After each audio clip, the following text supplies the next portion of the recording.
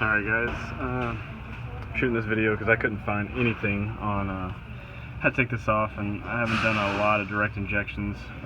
This is a 2009 IS350, so it's the big old V6 guy. So what I did was I started taking the upper plenum off, which is super easy. It's probably only going to take you like 20 minutes. So all your guys right there, 10s and I think that's a 5 or a 6 mil hex. Once I got that guy off, and by the way, I'm doing this because the fuel rail pressure sensor shorted out the VC circuit, or the 5-volt reference, to the computer. So Lexus gives you an option for the pressure sensor, which you have to take off to give them the number, which is asinine in my opinion, but or they'll just give you the whole rail, which is what I went with. But again, take the lower plenum off. Now this guy sits like this, so there's that connector right there, and then there's 3 connectors over here for these fuel injectors, and then 4 nuts and 4 bolts, and then that guy pops right up. And then once you get down here, these are steel gaskets, so you can probably reuse them again, but it's always a good idea to change them out.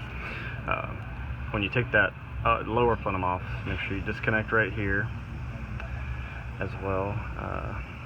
There's the connector for the fuel pressure sensor, which goes in the back of fuel rail number 1. To take out number 1, you have to take out fuel rail number 2. So this guy right here, take this guy back here, because that's the return side, the low pressure return side. You have to take this guy off, and this goes all the way back up to your high pressure fuel pump. You're gonna have to take this cover off, take the damper off. There's 2 copper gaskets, and then it goes right here to this guy, so you're going to take that whole assembly off. And then once you take the damper off, you'll get this guy back here, which is connected to this. So it's kind of like a little, a little puzzle. But like I said, once you get in here, it's fairly simple. Like I said, just make sure you guys, there's O-rings in here, O-rings in here, O-rings in here, and then when you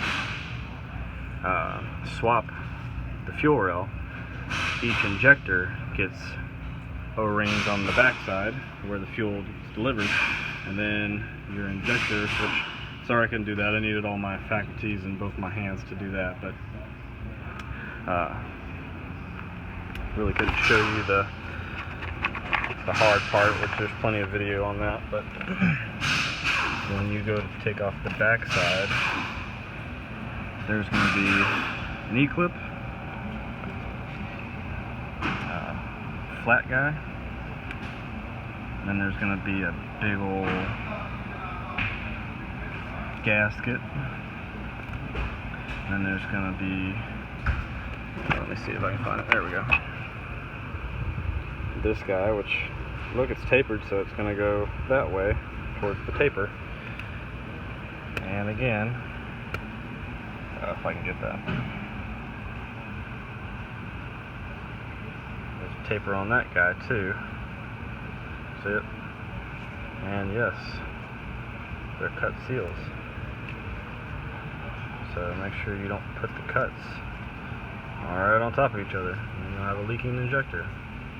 Once you get all those guys back on in order, and make sure you're taking, if you're not replacing the injectors, make sure you have them labeled where they go, because it's very particular where they go.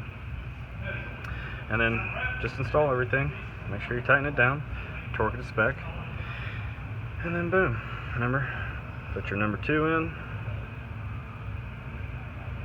Nope, that's wrong.